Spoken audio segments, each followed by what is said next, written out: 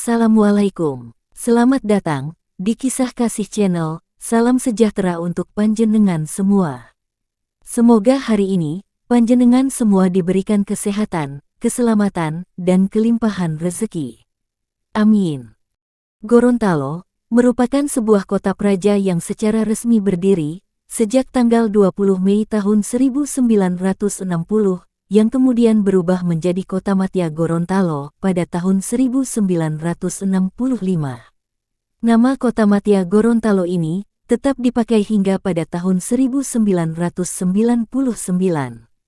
Selanjutnya, sejak diberlakukan Undang-Undang Nomor 22 Tahun 1999 tentang pemerintahan daerah, di mana istilah Kota Madya sudah tidak dipakai lagi, digantikan dengan kota, maka Gorontalo pun menyesuaikan namanya menjadi Kota Gorontalo hingga sekarang. Kota Gorontalo kemudian ditetapkan sebagai ibu kota Provinsi Gorontalo, sekaligus menjadi pusat pemerintahan, pusat ekonomi, dan perdagangan terbesar di kawasan Teluk Tomini.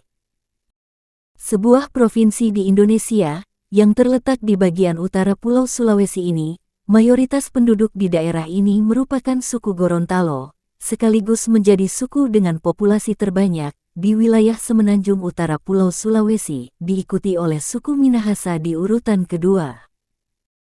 Suku Gorontalo juga merupakan suku pengembara yang populasinya banyak dijumpai di Sulawesi Utara, Sulawesi Tengah, Sulawesi Selatan, Kalimantan Timur, Jawa, dan Papua. Menurut catatan hikayat sejarah para tetua adat, wilayah Gorontalo dulunya merupakan sebuah pulau kecil dengan dikelilingi oleh lautan. Lama-kelamaan, air laut di sekitar pulau itu pun surut, dan kemudian diikuti dengan munculnya 3 buah gunung ke permukaan. Ada sejumlah peninggalan benda-benda masa prasejarah yang ada, serta beberapa makam prasejarah yang berada di dalamnya. Berdasarkan penelitian Badan Arkeologi Manado, Sulawesi Utara, ditemukan bahwa Gorontalo memiliki situs peradaban masa prasejarah yang berada di wilayah selatan Gorontalo.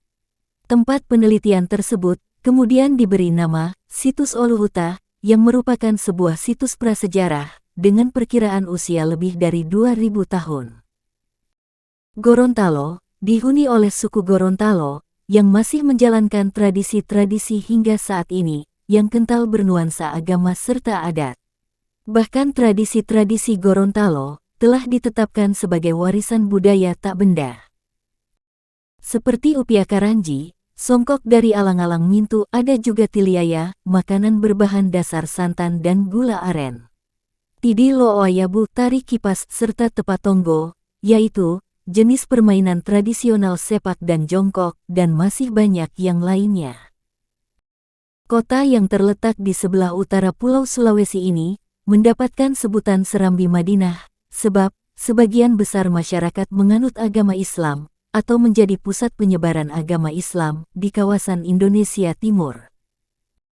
Kehidupan masyarakat Gorontalo memang sangat menarik untuk dikulik lebih dalam, salah satunya adalah soal suku pedalaman, yaitu suku Polahi di Gorontalo, yang dikenal masih cukup tertutup dari dunia luar. Masyarakat yang mendiami wilayah tersebut adalah suku terdalam asli Gorontalo yang sampai saat ini tidak mengalami revolusi, sebab dari itu mereka dikenal masih primitif. Menurut catatan sejarah yang ada, suku Polahi sebenarnya adalah warga Gorontalo yang melarikan diri ke hutan karena pemimpin mereka di masa penjajahan Belanda tidak mau ditindas oleh penjajah. Oleh karena itu, orang Gorontalo menyebut mereka Polahi, yang secara harfiah berarti pelarian.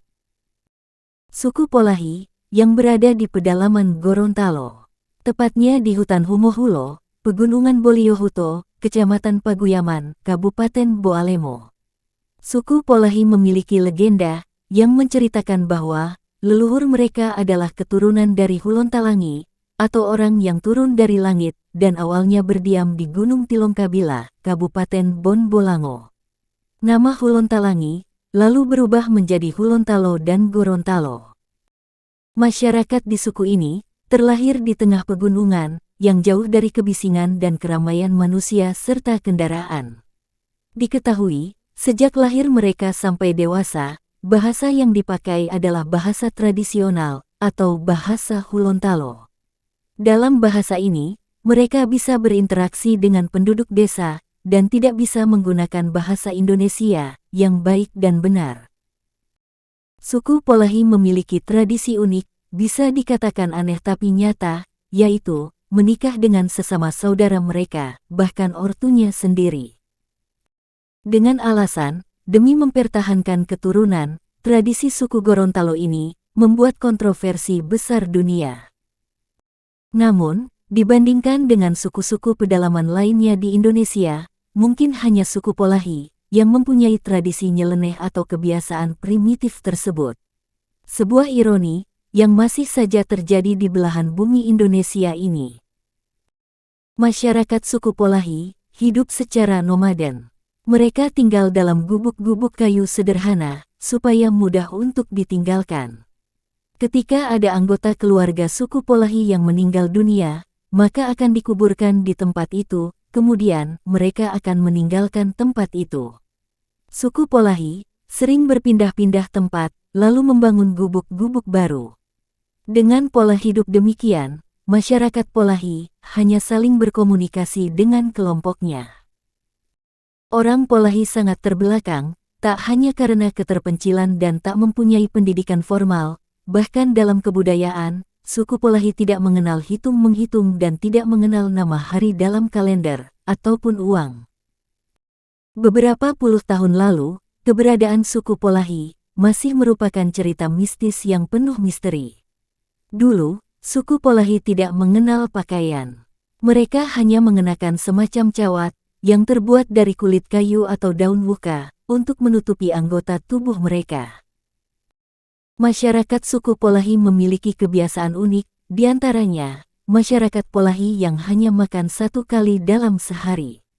Orang Polahi hanya makan sekali, yaitu pada waktu sore hari saat pukul 5 sore atau saat menjelang salat maghrib. Mereka mengonsumsi umbi-umbian yang mereka tanam sendiri dan tidak terbiasa mengonsumsi nasi seperti masyarakat umumnya.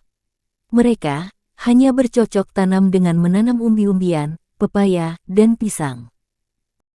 Kehidupan suku Polahi yang bertahan di hutan pedalaman Boliohuto dan tidak mau turun hidup bersama dengan warga kampung membuat cerita mistis mengenai mereka terus bertahan.